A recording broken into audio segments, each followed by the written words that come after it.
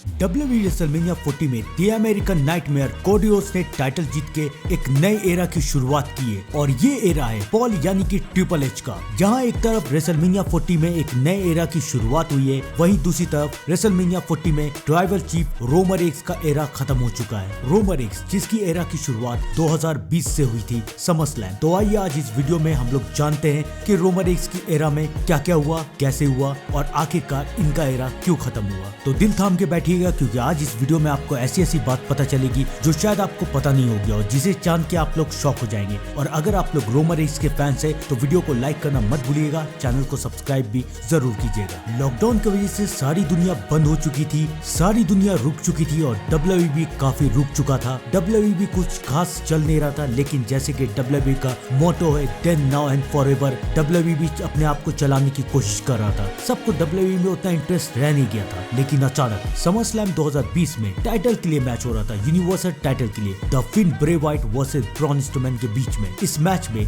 The fin जीत गया और the fin बन गए न्यू यूनिवर्सल चैंपियन। लेकिन उसके बाद फैंस को मिला एक बहुत बड़ा सरप्राइज, क्योंकि वहां पर रिटर्न आ गए रोमन रेंस, जो कि जा चुके थे लॉकडाउन की वजह से, लेकिन वो रिटर्न आए। लेकिन उनके फेस का एक्सप्रेशन देख के ऐसा लग रहा था कि वो अब बदल चुके हैं, वो अब बेबी फेस नहीं रहे बल्कि वो एक हील सुपरस्टार बन चुके हैं। लेकिन अभी तक कुछ कंफर्म नहीं हुआ था, लेकिन अगले हफ्ते के स्मैकडाउन में सब कुछ कंफर्म हो गया, क्योंकि रोमन रेंस नजर आए पॉल हेमन के साथ और रोमन रेंस अब बन चुके थे पॉल हेमन गाय। उसी के नेक्स्ट हफ्ते हुआ पे बैक और पे बैक 2020 में रोमन रेंस रिटर्न आए और रोमन रेंस ने ब्रॉन स्ट्रोमैन और द फिन को हरा दिया और रोमन रेंस बन गए न्यू यूनिवर्सल चैंपियन। और उसी वक्त से शुरुआत हुआ रोमन रेंस का एक रिकॉर्ड ब्रेकिंग मॉडर्न एरा का सबसे ज्यादा चलने वाला 1316 दिन तक चलने वाला टाइटल रेंस।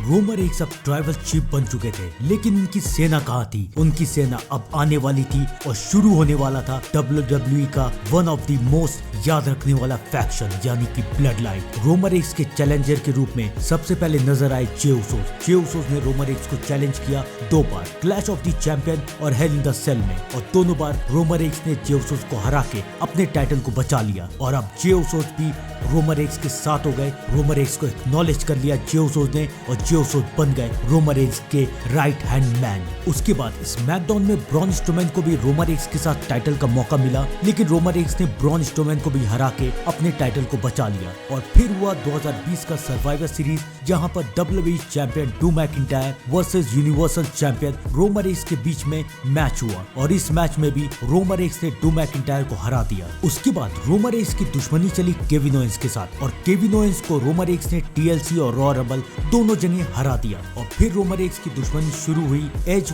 और डैनियल ब्रायन के साथ। रोमन रेंस ने डैनियल ब्रायन को फर्स्ट लाइन में तो हरा दिया, लेकिन उसके बाद रॉ रंबल के विनर एज ने रोमन रेंस को चैलेंज कर दिया और डैनियल ब्रायन भी बीच में आ गए। तो रेसलमेनिया में हुआ triple head match, Roman Reigns versus Edge versus Daniel Bryan, और इस मैच में रोमन रेंस ने एज और डैनियल ब्रायन दोनों को हरा के अपने टाइटल को बचा लिया। उसके बाद स्मैकडाउन में फिर से डैनियल ब्रायन को मौका मिला, लेकिन एक शर्त पे कि अगर डैनियल ब्रायन हार जाएंगे तो उन्हें WWE से जाना पड़ेगा। डैनियल ब्रायन मान गए और ये मैच हुआ और रोमन रेंस ने डैनियल ब्रायन को हरा के डैनियल ब्रायन के करियर को खत्म कर दिया। उसके बाद रोमन रेंस को चैलेंज किया सिजारो ने, लेकिन इसी बीच जे उसोस के भाई जिमी उसोस भी आ गए। सबको ऐसा लगा कि शायद जिमी उसोस रोमन रेंस को चैलेंज करेंगे, लेकिन जिमी उसोस भी रोमन रेंस के साथ मिल गए और जिमी उसोस ने भी ब्लड लाइन को ज्वाइन कर लिया और अब ब्लड लाइन में 2 मेंबर हो गए, जे और जिमी। और उसके बाद रेसलमेनिया बैकलैश में रोमन रेंस ने सिजारो को भी हरा दिया। फिर उसके बाद रोमन रेंस का फ्यूड शुरू हुआ रे मिस्टेरियो और डोमिनिक के साथ। स्मैकडाउन में hell in the cell match हुआ रोमन रेंस और रे मिस्टेरियो के बीच में,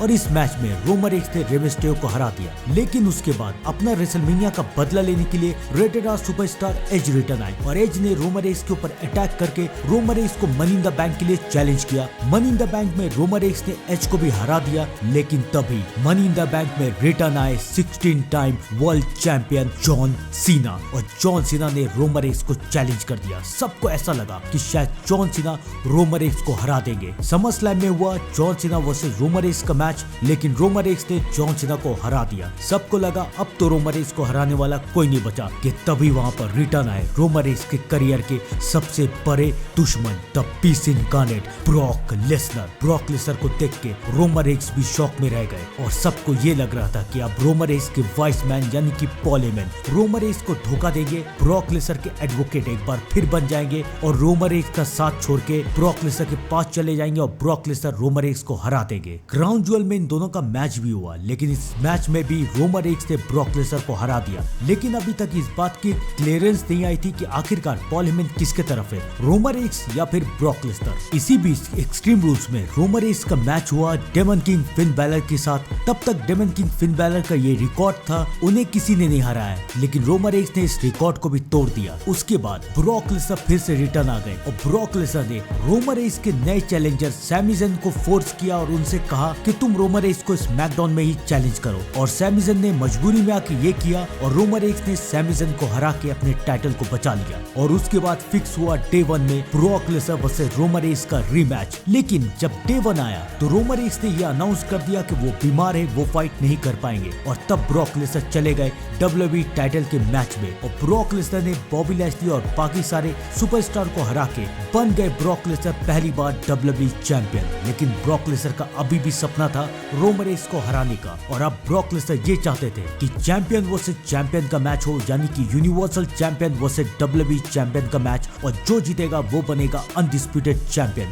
रोमन रेंस ने इस बात के लिए मना कर दिया, तो रॉयल रंबल में रोमन रेंस सेथ रॉलिंस के साथ मैच कर रहे थे और ब्रॉक लेसनर बॉबी लैशली के साथ। रोमन रेंस और सेथ रॉलिंस के मैच में पहली बार रोमन रेंस हारे डिस्क्वालिफिकेशन की वजह से, लेकिन रोमन रेंस का टाइटल छिनाया नहीं। लेकिन वहीं दूसरी तरफ ब्रॉक लेसनर के मैच में रोमन रेंस ने इंटरफेयर करके ब्रॉक लेसनर को टाइटल हरवा दिया। अब ब्रॉक लेसनर को गुस्सा आ गया था। उसी रात ब्रॉक लेसनर रॉयल रंबल में गए और Brock Lesnar royal rumble match के विनर बन गए। ब्रॉक लेसनर ने रोमन रेंस को रेसलमेनिया के लिए चैलेंज कर दिया, रेसलमेनिया 38 के लिए। लेकिन ब्रॉक लेसनर का प्लान अभी भी चैंपियन वर्सेस चैंपियन ही का था, जहां एक तरफ एलिमिनेशन चैंबर में रोमन रेंस को चैलेंज करने के लिए रिटर्न आए गोल्डबर्ग, और रोमन रेंस ने गोल्डबर्ग को भी हरा के अपने टाइटल को बचा लिया। वहीं दूसरी तरफ एलिमिनेशन चैंबर में ही ब्रॉक लेसनर ने एक बार फिर से WWE टाइटल जीत लिया और फाइनली रेसलमेनिया 38 में हुआ चैंपियन वर्सेस चैंपियन का match, Roman Reigns versus Brock Lesnar का मैच। और इस मैच में रोमन रेंस ने ब्रॉक लेसनर को हरा दिया और रोमन रेंस बन गए undisputed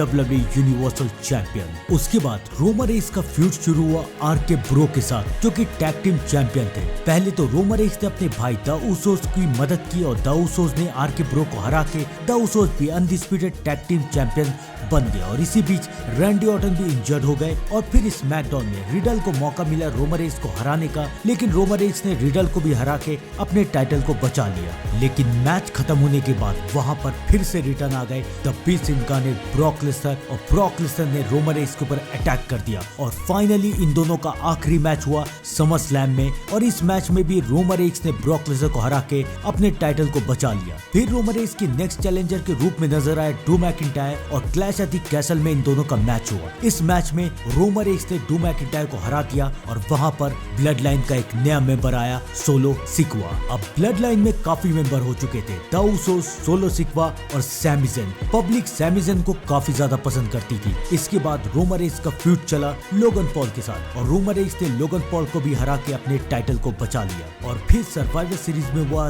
war games, the blood line versus team Drew McIntyre, Kevin Owens और द ब्रॉलिंग ब्रूट के बीच में एक वॉर गेम मैच, और इस मैच में भी द ब्लड लाइन ने वॉर गेम को जीत लिया। और फिर उसके बाद रोमन रेंस का फ्यूड शुरू हुआ सैमी ज़ेन के सबसे गहरे दोस्त केविन ओवेंस से, और रॉयल रंबल में इनका मैच हुआ। रोमन रेंस ने केविन ओवेंस को हरा दिया, लेकिन मैच खत्म होने के बाद रोमन रेंस ने सैमी ज़ेन को ये कहा कि तुम केविन ओवेंस को मारो, लेकिन सैमी ज़ेन ने अपने दोस्त केविन ओवेंस का साथ दिया और सैमी ज़ेन ने रोमन रेंस के ऊपर अटैक कर दिया। और फिर सैमी ज़ेन और रोमन रेंस का मैच हुआ एलिमिनेशन चैंबर में, और इस मैच में रोमन रेंस ने सैमी ज़ेन को हरा के अपने टाइटल को बचा लिया। अब आ रहा था रेसलमेनिया 39, और रेसलमेनिया 39 में रोमन रेंस को चैलेंज किया रॉयल रंबल मैच के विनर कोडी रोड्स ने, और यहाँ से शुरू हुआ रोमन रेंस और कोडी रोड्स की दुश्मनी, वो दुश्मनी जिसने आखिरकार रोमन रेंस के टाइटल रेंस को खत्म कर दिया। रेसलमेनिया 39 में तो रोमन रेंस ने कोडी रोड्स को हरा के अपने टाइटल को बचा लिया, लेकिन द उसोस अपने टाइटल सैमी ज़ेन और केविन ओवेंस से हार गए। तब रोमन रेंस ने ये फैसला किया कि वो और सोलो सिकावा मिलके इस टाइटल को वापस जीतेंगे,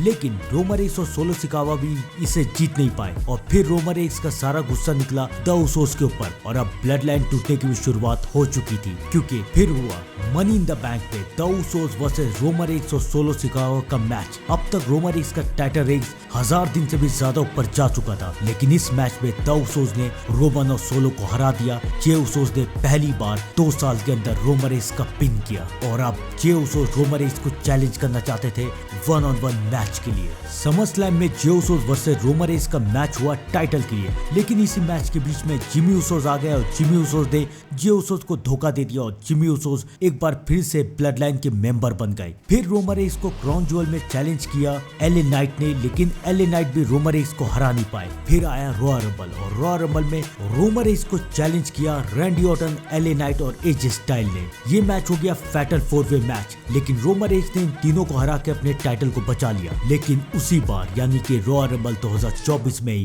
कोडी रोड्स 2 बार रॉयल रंबल मैच के विनर बन गए और कोडी रोड्स ने एक बार फिर से रोमन रेंस को चैलेंज कर दिया। सबको ये लग रहा था कि कोडी रोड्स और रोमन रेंस का मैच होगा, लेकिन तभी स्मैकडाउन में रिटर्न आए द पीपल चैंप रॉक और ये कंफर्म हो गया कि रॉक और रोमन रेंस का मैच होगा रेसलमेनिया 40 में। लेकिन फैंस को ये मंजूर नहीं था। फैंस ट्रिपल एच को कहने लगे कि वी वांट कोडी और मजबूरी में आके फिर ये फैसला लिया गया कि अब कोडी रोड्स ही रोमन रेंस को चैलेंज करेंगे। लेकिन अब कहानी में ट्विस्ट आ चुका था और ट्विस्ट ये था कि अब रोमन रेंस के साथ आ गए थे रॉक, फाइनल बॉस बन के। रॉक हील टर्न कर गए थे और रॉक ने भी ब्लड लाइन ज्वाइन कर लिया। अब रोमन रेंस और रॉक का मैच हो रहा था कोडी रोड्स के साथ और कोडी रोड्स का साथ देने के लिए आए सेथ फ्रीकिंग रॉलिंग्स। इन दोनों का मैच अब होने वाला था नाइट 1 और नाइट 2 में। अगर नाइट 1 में रोमन रेंस और रॉक सेथ रॉलिंग्स और कोडी रोड्स को हरा देते तो नाइट 2 में इनका मैच होता ब्लड लाइन स्पेशल यानी कि नो डिस्क्वालिफिकेशन मैच। रोमन और रॉक ने